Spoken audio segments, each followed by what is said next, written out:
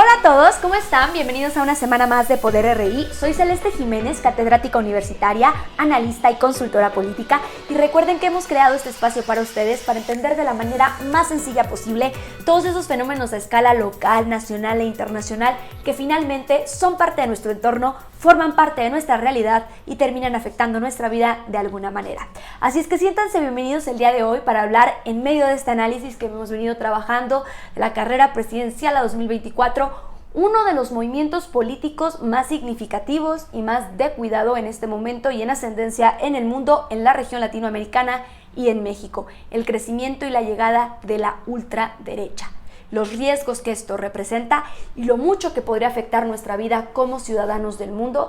simplemente por una gestión radical, desde el punto de vista radical de una de estas ideologías. Entonces, para empezar y entender cómo es que ha llegado a México, quién la personifica el día de hoy en medio de la carrera presidencial, quién finalmente nos parece un ente peligroso y de verdad, ¿qué como ciudadanos puede pasarnos si dejamos seguir creciendo el movimiento de ultraderecha? Vamos a comenzar. Miren, la distinción entre izquierda y derecha, que es lo que primero que tendríamos que dejar claro en este análisis, es bastante compleja, es bastante profunda y amerita demasiadas discusiones. Pero para poder partir de esa principal distinción y entender bien a bien lo que es la derecha y cómo es que en medio de estas dos grandes ideologías, de estos dos grandes bloques que son la izquierda y la derecha, hay muchos centros, hay muchos matices, hay muchos grises e incluso puede haber de alguna forma movimientos extremistas de cuidado y de terror, es que vamos a empezar con esta primera distinción. Y les repito, sería demasiado complejo y demasiado profundo, pero voy a intentar dejarlo en términos simples para poder ir avanzando y entendiendo en mejor medida pues lo que es la ultraderecha, cómo es que se ha definido, cuál es su agenda al momento y cuáles son los riesgos que representa. Miren, la izquierda y la derecha podríamos entenderlo así de forma muy superficial, se los repito, como dos grandes bloques ideológicos que van a encontrarse y contraponerse en relación a cómo se entienden los asuntos de la vida pública en términos, para hacerlo muy sencillo, políticos, económicos y sociales. Cómo de acuerdo a una de estas ideologías o a otra, la administración pública a partir de ellas será completamente distinta. Para intentar dejarlo más claro, vamos a hablar de qué representaría la izquierda entonces, en términos político-económicos sociales, y qué representaría la derecha. La izquierda podemos verlo como esta ideología, esta corriente ideológico-administrativa, política, económica, que está a favor en términos políticos de la participación del Estado en los asuntos públicos, la participación y la gestión directa del Estado en los asuntos públicos. Es decir, que todo aquello que competa al ciudadano, porque el ciudadano le ha cedido el poder mediante el voto al administrador público, es competencia del Estado y responsabilidad a resolver del Estado. Es decir, temas de salud pública, de calidad educativa, de asuntos judiciales, de asuntos familiares, de asuntos legales, es decir, todo aquello en lo que pueda participar el Estado para hacerle la vida pues más llevadera, más cómoda al ciudadano y para administrar bien los recursos que le han sido otorgados al Estado. En términos económicos, entonces, el Estado también tiene que tener una participación significativa para ir estableciendo salarios mínimos, porcentajes de impuesto, para equilibrar la balanza social, para cobrar más impuesto a quien tiene más ingreso, para cobrar diferentes tipos de impuesto de acuerdo a la actividad a la que te dediques, es decir, una intervención del Estado para gestionar y mediar cualquier tipo de circunstancia o situación que de alguna manera desequilibre la balanza. Y en términos sociales, la izquierda es sumamente abierta, pensando siempre en el beneficio de la comunidad y aceptando y estando abierta a nuevas corrientes y nuevos movimientos como la ideología de género, el matrimonio igualitario, la elección o digamos la posibilidad del aborto libre y gratuito,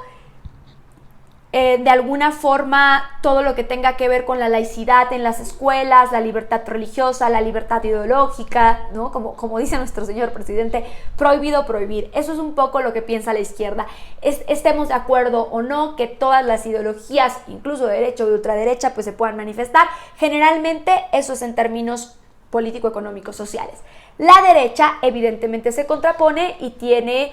pues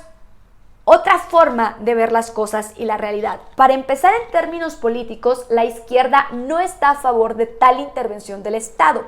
Le parece mejor que el Estado es simplemente como un árbitro un poco lejano que no debería inmiscuirse en tantos asuntos. La participación del Estado tendría que ser menor porque eso implica mucho gasto, es decir, las escuelas públicas, el sistema de salud gratuito, todos los asuntos que tengan que ver con apoyos sociales son demasiado gasto para el Estado, eso es lo que dice la derecha, y el Estado simplemente tendría que hacerse a un lado, medio gestionar, participar muy poco y dejar o al sector empresarial o a la sociedad civil o al ciudadano común que se vaya organizando de alguna forma ciertos temas que desde la izquierda y en teoría son públicos y que a la derecha le parecen mucho más de gestión individual. Por lo tanto, el Estado tendría que participar menos y tendría que gastar menos. Eso es lo que dice la derecha. Es decir, programas sociales, programas de salud pública, programas académicos completamente abiertos tendrían que ser demasiado limitados y demasiado controlados en ese sentido. En términos económicos es lo mismo. Según la derecha, la participación del Estado debería ser muy mínima, no es que mínima, o incluso nula, y deberían de dejar que el ciudadano participe de acuerdo a la ley de la oferta y la demanda, intente, trabaje, gane y de alguna forma gestione y autogestione el empresario, pero cuánto salario va a dar, pero cuánto impuesto va a pagar, pero quiénes van a participar, y generalmente también promueve la participación de entes, sociedades, instituciones o ciudadanos que no necesariamente son del sector público, es decir, empresarios, futbolistas que de repente se quieren dedicar a algún tipo de actividad relacionada al deporte, alguna gestión pública porque no sé, fui bailarina y me quiero dedicar entonces ahora a la administración de la cultura y la danza. Es decir, la derecha es bastante proclive a defender perfiles que no necesariamente son de ciencias sociales, de trabajo público y que generalmente tampoco participe aquel político y funcionario público tradicional, pero que tampoco trate de inmiscuirse demasiado en aquello que pueden resolver solo los ciudadanos, sobre todo en materia económica, es decir, en temas de impuestos, en temas de salarios, en temas de establecer salarios mínimos o cosas así, que el Estado participe lo mínimo posible. Eso dice la derecha, porque la derecha dice que todo lo controla la ley de la oferta y la demanda, que todo lo controla el mercado y que el ciudadano tiene más posibilidades de, digamos, sobresalir y autoequilibrarse. Eso es lo que dice la derecha en términos económicos, y en términos sociales la derecha es sumamente conservadora, no es tan abierta a la ideología de género, a los nuevos tipos de familia, y generalmente va a estar, digamos, propensa a la defensa de la familia tradicional, va a ser pro vida, va a ser pues antiaborto evidentemente, y va a tener la derecha un posicionamiento mucho más tradicional alrededor de ese tipo de valores tradicionales, por llamarlos de alguna manera, o de modos de vida tradicionales de, pues, en México la cultura latinoamericana, en América Latina la cultura latinoamericana y en Europa pues un poco lo mismo, ¿no? Generalmente es antimigrante, generalmente es anticooperación, abierta, ¿no? Y en términos sociales la derecha, diríamos en términos muy simples, y no lo estoy diciendo así, sino que así se entiende, pero la derecha sería como muy mocha. Ese sería como el análisis muy superfluo, les repito, pero entre las grandes distinciones entre izquierda y derecha, con asuntos que tengan que ver con la vida pública, es decir, con asuntos políticos. Y cómo es que la izquierda y la derecha pretenden administrar de formas distintas y pretenden ejecutar políticas públicas distintas desde distintos frentes y distintas ideas de lo que puede resolver un problema. Ahora, les repito, en medio de la derecha y la izquierda hay un montón de tintes, un montón de colores, un montón de grises, un montón de tonos, y a los extremos podemos encontrarnos movimientos radicales, como el movimiento de la ultraderecha. ¿Qué es la ultraderecha? Si estamos pensando que en términos político-económicos la derecha lo que dice es que la participación sea menor, y en términos sociales la derecha suele ser bastante tradicionalista, ¿qué es la ultraderecha? Miren, La ultraderecha, para empezar, no se autodenomina ultraderecha, se asume derecha verdadera. Hoy por hoy en el mundo está este nuevo movimiento de verdadera derecha, que lo que busca es defender esta posibilidad de defender valores tradicionales y acercarse nuevamente a aspectos sociales y culturales que dice la propia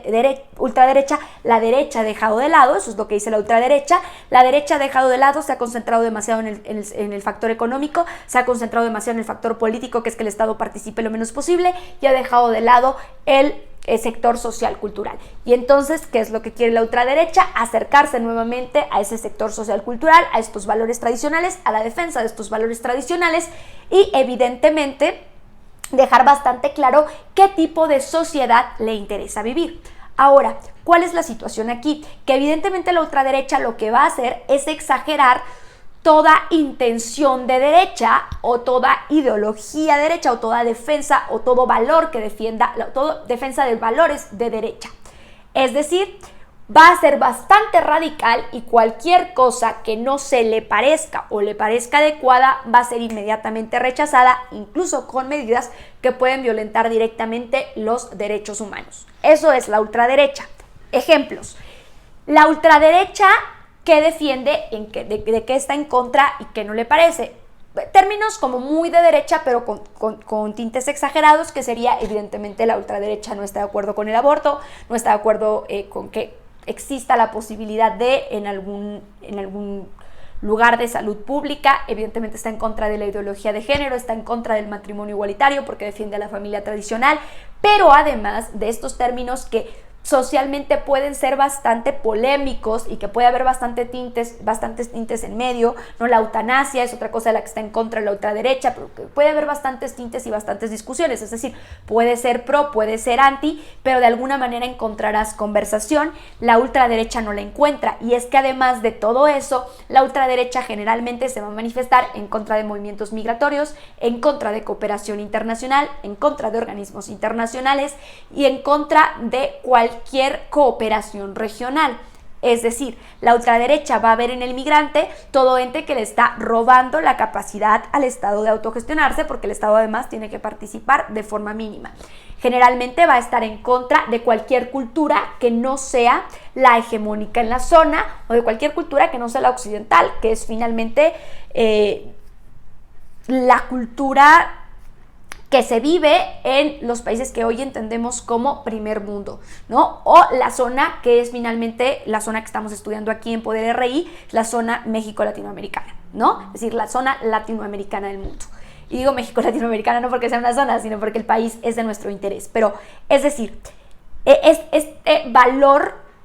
cultural occidental es lo que más va a defender la ultraderecha. Entonces, todo lo que no se le parezca no le va a parecer. Por eso el migrante es de preferencia alejado, es de preferencia rechazado, no porque genera gastos para el gobierno, no porque genera gastos para la administración pública, no porque representa que el Estado se ocupe de cosas que no se debería de ocupar. Y repito, sumamente nacionalista suele ser la derecha, por tanto es antimigrante, por tanto cualquier cultura que le parezca un poco distinta es rechazada, y además es anticooperación y antiorganismos internacionales, porque estos movimientos supernacionalistas la hacen rechazar cualquier cosa que le permita ceder un poco. O sea, a esta ideología rechaza cualquier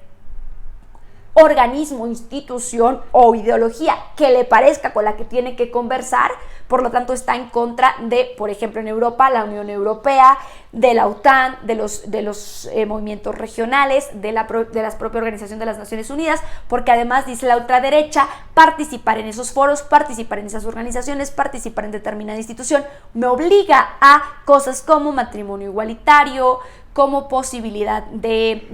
la defensa de ciertos derechos humanos, como la protección de derechos de educación, derechos civiles políticos, ¿no? De salud,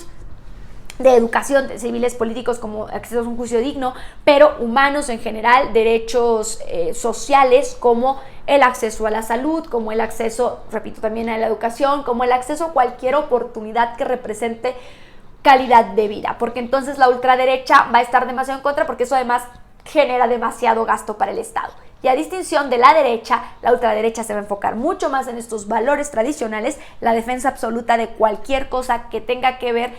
con ponerse en contra de lo que es la evolución social humana o los nuevos derechos que está defendiendo la humanidad, que se dictan incluso desde Naciones Unidas. Todo eso lo va a rechazar la ultraderecha y cuidado, lo va a rechazar con discursos de odio, con discursos violentos, con discursos que no como dicen hoy por hoy en México y de Andrés Manuel, que es que hay diferentes clases sociales y es que el presidente vino a polarizar. Y entonces, de hecho, aquí en el canal tengo un video sobre cómo no, y se los dejo en la cajita de información. El primero, como no es que el presidente vino a polarizar, sino que hay polarización y entonces está haciendo notar. No así, desde un discurso violento que incluso tiene connotaciones raciales y clasistas. Por ejemplo, no gustarles determinada religión, no gustarles determinado color de piel, no gustarles determinada cultura, no gustarles determinados aspectos socioculturales, porque la ultraderecha también suele pensar que hay una raza superior, un color de piel superior, una religión superior y de alguna forma una cultura superior, una expresión cultural superior que le puede enseñar al otro para salvarse un poquito. Una cosa bastante procolonialista, ¿no? Esa es la ultraderecha y por eso los discursos suelen ser de odio. Ahora hay que entender por qué la ultraderecha ha empezado a crecer, para irnos directo a dónde ha estado creciendo y cuáles son los riesgos sumamente significativos para el mundo y para la región en particular. ¿Por qué la ultraderecha está ascendiendo y por qué está ganando espacios? Lo primero que hay que decir es que cuando la izquierda empieza a ganar terreno y empieza a pisar fuerte, que es lo que está pasando un poco en todo el mundo, ahorita voy a por qué les digo esto, va a generar movimientos contrarios que se vayan a espacios extremistas de la ideología. Es decir, la ultraderecha es natural que surja, o es lo humano, como fenómeno social, lo que sucede como fenómeno social cuando algún movimiento de izquierda no solo está pisando fuerte y funcionando, sino que está teniendo éxito. Y eso va a generar, evidentemente, espacios de ultraderecha. Ejemplo, en Europa, la Europa occidental que conocemos y entendemos como primer mundo, es que generalmente tiene, con todo y que participa para empezar en un organismo regional que es la Unión Europea, y con todo y que tenga espacios en políticas públicas que suelen ser con más derecha, como la OTAN, que tiene este principio de seguridad colectiva. Independientemente de eso, la Europa occidental que conocemos como primer mundo tiene políticas de izquierda, políticas sociales de izquierda. Por eso el ciudadano europeo tiene tanta calidad de vida. Pero es que, servicio de salud universal, sí, un alto cobro de impuestos, pero que funciona, que tiene de alguna forma una razón para justificarse, que te ofrece calidad educativa y además gratuita y además a diferentes tipos de grados académicos, que tiene incluso prestaciones sociales como el seguro de desempleo. Esa es la Europa tradicional, una Europa con políticas de izquierda. Y en América Latina, la izquierda ha empezado a llegar y ha empezado a funcionar. Y eso va a generar evidentemente discursos de ultraderecha y posiciones de ultraderecha que van a querer encontrar espacios públicos. ¿Por qué? Por dos cosas. Yo diría, para este análisis lo quiero puntualizar así. Primero, y eso es evidente, porque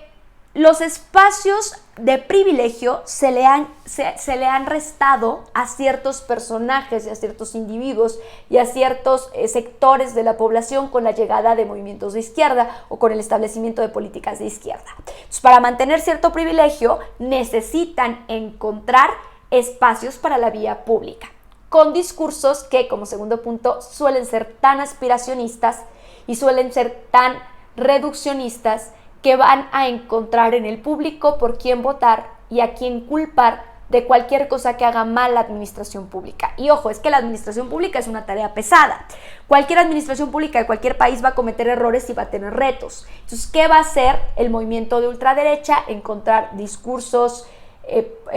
populistas de derecha, que lo que hacen es, porque los discursos populistas que suelen ser de izquierda o de derecha, que lo que van a encontrar es una respuesta simple y un enemigo común a cualquier problema que exista en la realidad local, nacional o regional de determinado lugar.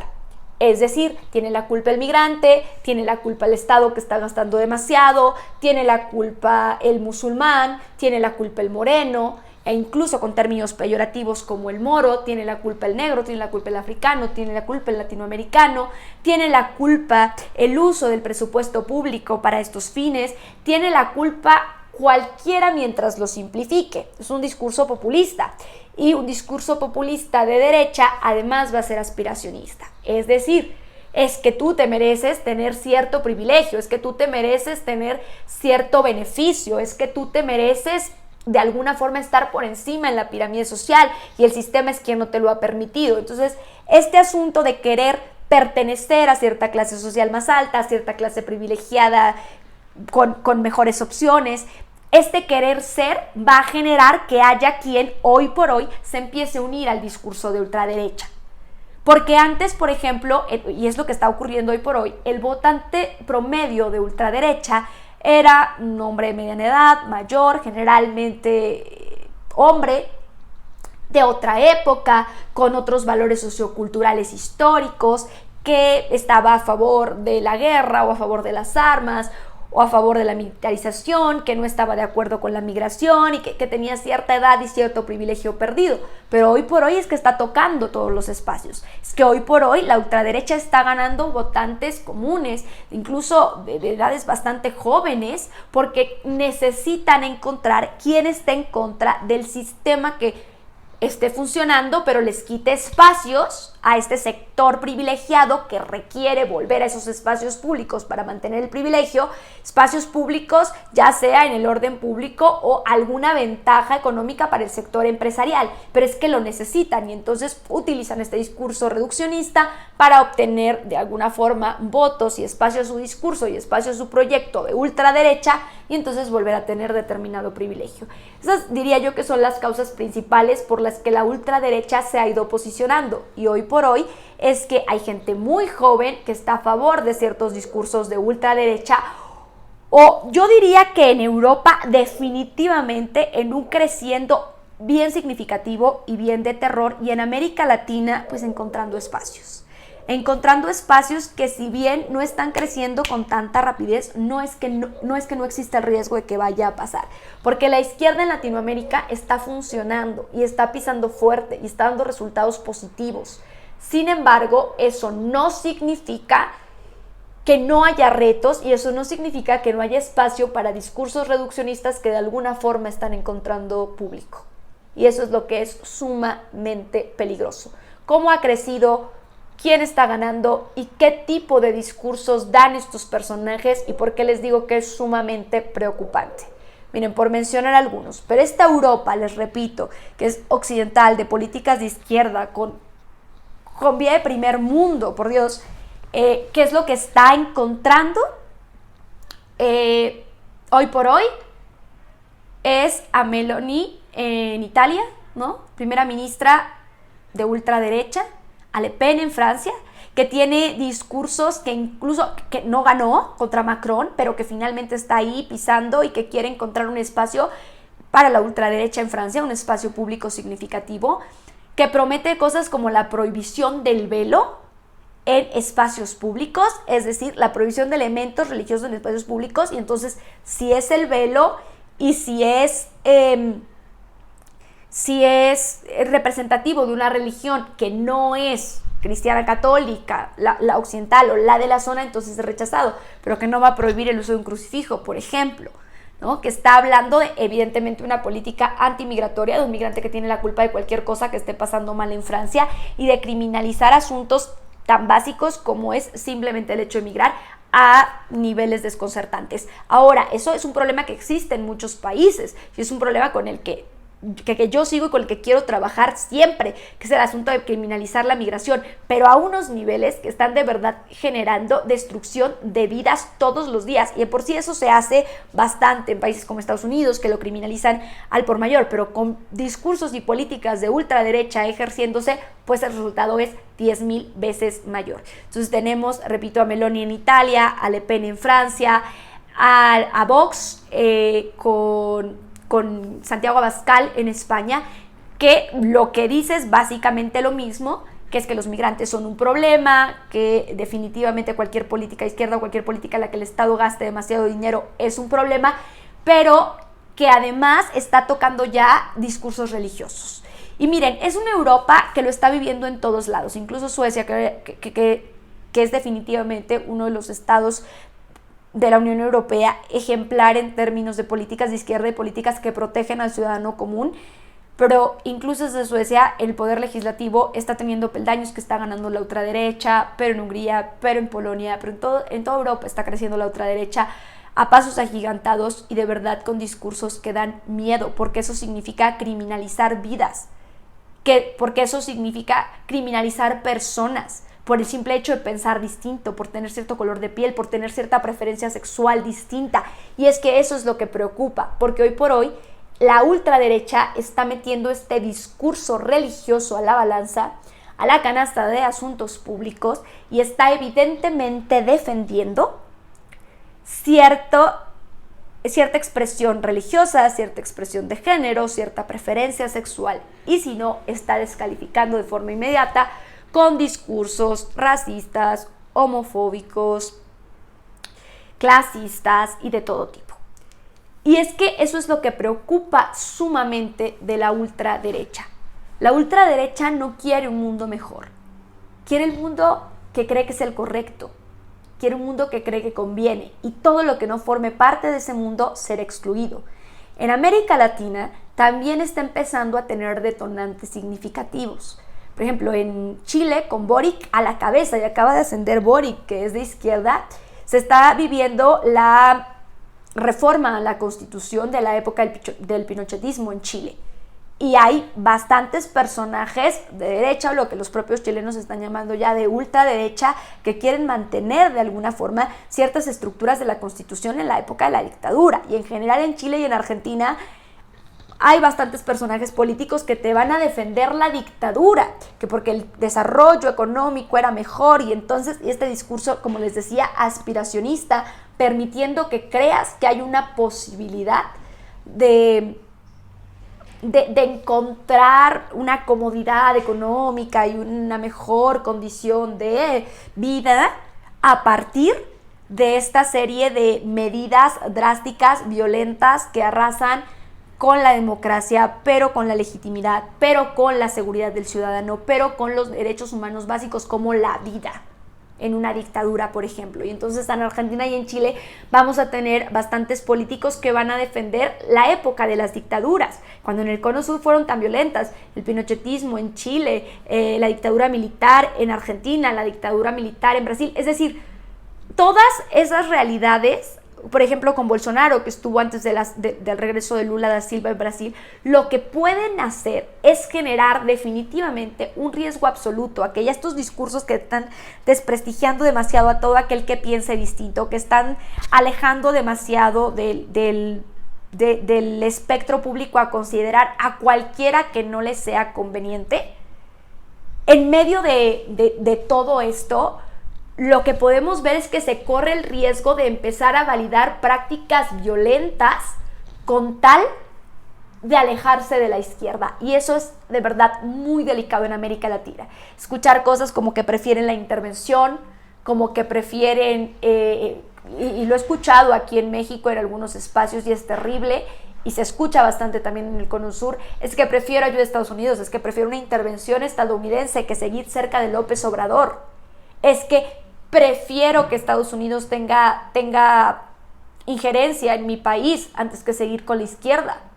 Terrible. Estamos hablando de invasiones, estamos hablando de muertes, estamos hablando de intervenciones. Lo mismo pasa en el Cono Sur. Es que sí, bueno, Pinochet violentaba los derechos humanos y terrible, pero es que la economía, pero es que cualquier discurso de izquierda es dictatorial, cualquier discurso de izquierda permite determinada injerencia, cualquier discurso. Pero entonces, ¿por qué cuando es de derecha, de ultraderecha, entonces ahí sí? Por eso les digo que no es la búsqueda de un mundo mejor, sino la búsqueda de un mundo que convenga a sus intereses y a su espectro de deseos. Porque entonces cuando viene Estados Unidos a intervenir, pero es que era la dictadura de Pinochet, entonces estuvo bien. Cuando hubo un golpe de Estado, es que estuvo bien, porque finalmente era para instaurar un modelo económico, pero defensor de la economía y de la posibilidad de hacer, o sea, muy grave lo que está pasando. E incluso uno de los casos más significativos también es el caso de El Salvador con Bukele a la cabeza, en donde con una intención, y aparte sí una participación regional, no un alejamiento total, pero con una intención de acabar con la mara salvatrucha, lo que está haciendo este gobierno de derecha, es con la intención de acabar con el problema del pandillerismo, es violentar más a todo aquel que haya tenido poca oportunidad o que pertenezca a una pandilla o que tenga intención de o que tenga algún tatuaje. Criminalizar la infancia, criminalizar la vida por tener características distintas y de alguna manera proliferando el problema de violencia que vive El Salvador, intentando controlar la pandilla, porque la pandilla no es otra cosa que el síntoma de la violencia que vivía y se podría trabajar distinto. Pero, por ejemplo, habrá quien en América Latina también defiende este argumento de la ultraderecha, de la criminalización de las armas, de las muertes, de los militares, con tal de mantener de alguna manera cierto control que parece, de controlar y de administrar de alguna manera cierto riesgo para la población y tener cierto control sobre ese factor de riesgo que al final no soluciona nada. Eso es lo que está viviendo América Latina y así es que está ascendiendo y así es que está evolucionando. Y lo que va a empezar a pasar con estos discursos de odio es que se van a ir extrapolando. Porque en América Latina escuchamos cosas como que preferimos la intervención que la izquierda, escuchamos cosas como que queremos ser como Europa y nunca vamos a ser como Europa, pero la Europa de las políticas de izquierda, de la que aparte no conocemos y de la que aparte la propia Europa se puede alejar y corre el riesgo de que se aleje. Y también en medio de un problema de seguridad en América Latina, un problema compartido también por toda la región americana, es que se está escuchando este asunto de es que el derecho ciudadano, porque es que entonces le resto al Estado, pero en términos totalmente drásticos, que prefiero yo como ciudadano tener la capacidad de armarme, tener la capacidad de autodefenderme, y eso es otro riesgo tremendo que también viene de alguna manera sustentado por esta ideología de ultraderecha. Llegamos al caso mexicano y está de preocuparse bastante. Personificado por Eduardo Verástegui. Quienes lo conozcan sabrán de quién hablo, y quienes no, pues un actor que hace muchos años decidió convertirse al catolicismo y decidió que ya no quería vivir esta vida de excesos del medio artístico, por lo que no acepta ningún contrato, ningún proyecto, ninguna causa que no sea, digamos, que no tenga congruencia absoluta con su religión, pero que últimamente está demasiado metido en asuntos públicos, tanto que puede que quiera y aspire a la presidencia de la nación desde un discurso de ultraderecha de terror. Y ahorita les digo por qué de terror. Y es evidente, ya lo hemos analizado bastante, que no va a tener ninguna posibilidad de acercarse a la presidencia. Lo que da mucho miedo es el discurso de terror. En noviembre del año pasado fue aquí en México la Conferencia Política de Acción Conservadora, básicamente el conclave de la ultraderecha. Personajes invitados, por ejemplo, el hijo de Jair Bolsonaro en Brasil, Domínguez Trujillo, nieto del exdictador de República Dominicana, estaban los asesores de Donald Trump, por supuesto Santiago Abascal representando a la ultraderecha española, y en medio de esa conferencia política de acción conservadora había bastantes activistas de ultraderecha latinoamericanos, y estaba, ¿por qué no?, como miembro de la política nacional mexicana, Eduardo Verástegui. ¿Y qué es lo riesgoso aquí? Que se le dice a Eduardo Verástegui que es que tiene que defender la verdadera derecha, porque les digo que el movimiento de ultraderecha no se vende a sí mismo como movimiento de ultraderecha, pero que tiene que defender la verdadera, se vende como un movimiento de verdadera derecha, y que tiene que defender la verdadera derecha en medio de un México que no tiene espacio para la verdadera derecha. Eso es lo que dice en la Conferencia Política de Acción Conservadora, por lo siguiente. En México, el partido de derecha es Acción Nacional, pero lo que está diciendo este movimiento ultraderecha, que como les dije es este renacer de la derecha, diciendo es que no existe quien represente de verdad estos valores, es que se han alejado, es que se han concentrado solamente en un área, o como se dijo en la conferencia política de Acción Conservadora, que Acción Nacional ha estado pendiente de no perder votos, de no perder números, y se ha alejado por completo de la ideología de derecha que aparentemente defiende. Es algo que les he dicho bastantes veces y que está aquí en todos nuestros análisis. Que incluso está viendo a qué personajes, digamos, propone para la presidencia simplemente con la intención de ganar votos y completamente alejado de la defensa de ciertos valores o la defensa de cierta ideología. Por lo tanto, necesita la ultraderecha en México otro espacio, porque Acción Nacional ya no representa a la verdadera derecha. Y es un poco cierto, es bastante cierto, porque pese que hay panistas de ultraderecha, que también están muy molestos con el movimiento, hay otros que deciden quedarse ahí por votos y por seguir fingiendo que es un asunto panista, o que es una ideología panista, o que es un movimiento de valores panistas y de derecha el que ha llegado a la presidencia, el que ha, conseguido tomar un escaño en el poder legislativo, cuando si ves al personaje es definitivamente contrario a lo que la derecha debería representar, como Xochitl Gálvez intentando defender una izquierda en medio del PAN. Y entonces la ultraderecha mexicana está bastante molesta, diciendo por qué ya no encuentro en el PAN un espacio para este pensamiento ideológico, cultural, social de ultraderecha en la vida pública. En México, por ejemplo, tenemos el asunto del yunque. Les recomiendo los libros y toda la investigación, y por aquí también les dejo en la cajita de información los videos pertinentes al trabajo de Mario Delgado alrededor de la formación del yunque, que es esta asociación mexicana medio secreta, medio que todo el mundo sabe que existe,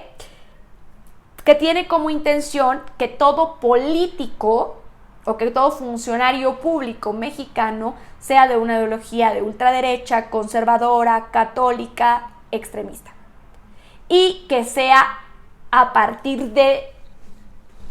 Dios, la religión que les parece, el Dios que les conviene y el color de piel y el privilegio económico que les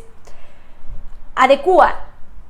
que se gobierne el país. Entonces el yunque durante muchos años encontró en el PAN este espacio para la ultraderecha.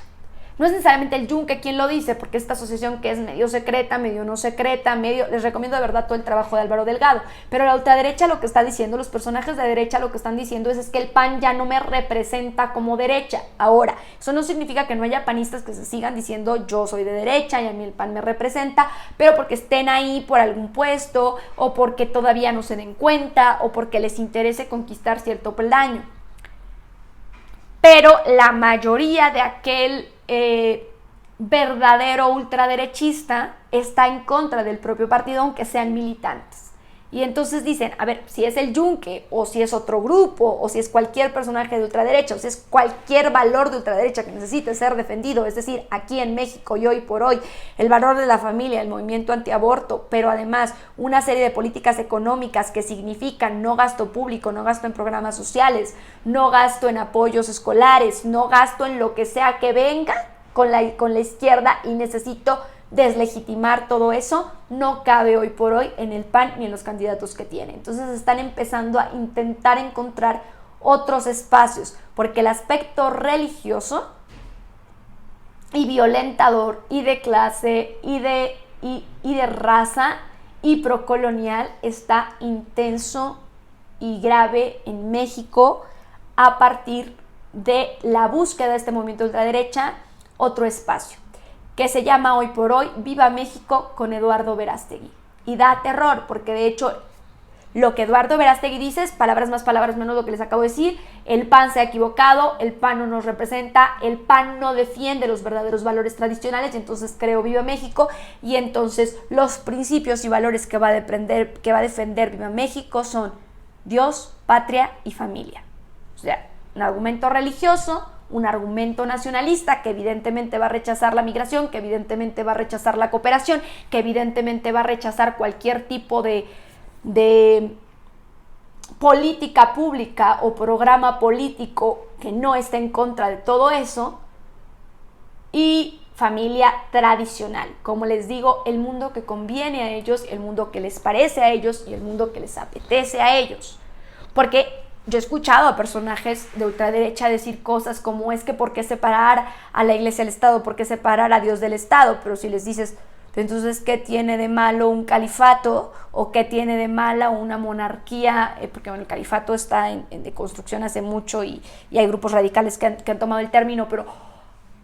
o una monarquía musulmana, ¿por qué calificarla como mala? Porque no es la religión verdadera. Entonces es una religión verdadera, es un Dios que les parece conveniente, porque entonces si hablamos de que el gobierno tiene que ser cercano a Dios, ¿y qué pasa si yo soy testigo de Jehová? ¿Y qué pasa si yo soy cristiano adventista? ¿Y qué pasa si yo no soy cristiano? ¿Qué pasa si yo soy hindú? Porque entonces, ¿qué va a pasar con esos espacios que conquiste la religión, con esos espacios públicos que conquiste la religión? ¿Qué pasa si yo incluso soy pro vida y soy antiaborto, pero soy lesbiana y me quiero identificar con una familia distinta a la tradicional? Entonces también se van a vulnerar mis derechos. Es decir, todo tipo de derechos ya conquistados corren riesgo si un discurso de ultraderecha empieza a posicionarse así, desde elementos como Dios, patria, es decir, sumamente nacionalistas y sumamente contrario a cualquier cosa que tenga que ver con migración, y familia tradicional, cualquier cosa que tenga que ver con otra preferencia sexual, con otra forma de pensar. Y hay algunos asuntos sociales que también abren el espacio a la discusión bastante. Y hay otros que no, y hay otros que simplemente son derechos ya conquistados desde el siglo XVIII en este país. Por ejemplo, la división de la iglesia y el Estado. Entonces, que hoy por hoy un personaje que además de política pública sabe nada, cuya vida jamás se ha dedicado, aunque sí, Eduardo Verástegui tiene movimientos sociales y trabaja en sociedades civiles y tiene una estructura ideológica para seguir su vida, no sabe nada de dirección nacional. Y entonces eso es otra creencia de derecha, pero extrapolada, es decir, me parecen y beneficio y propicio que sean personajes no necesariamente de la agenda pública o políticos tradicionales los que se encarguen de, pero no me parece, no me parece que sea un funcionario público así, entonces me parece que sea un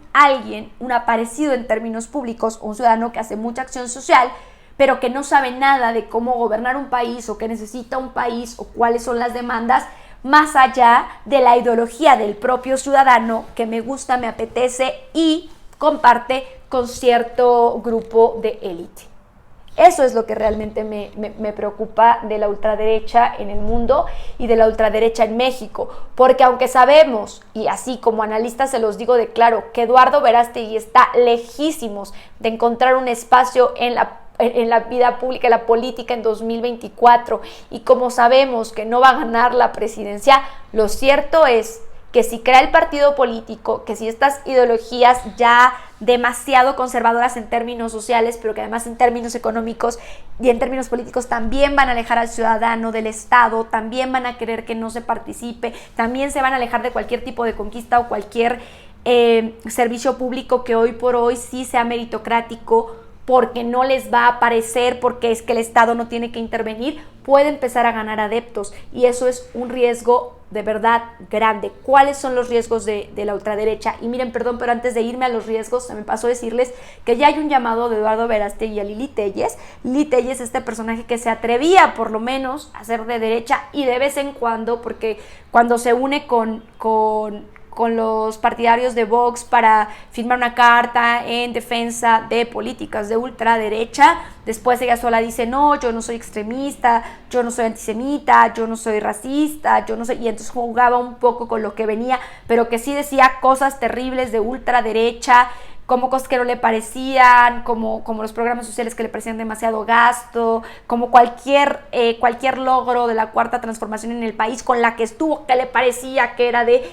Y de verdad, váyanse a los testimonios, y es que son comentarios alrededor de el zapato de Andrés Manuel, del color de piel de Andrés Manuel o de su forma de hablar,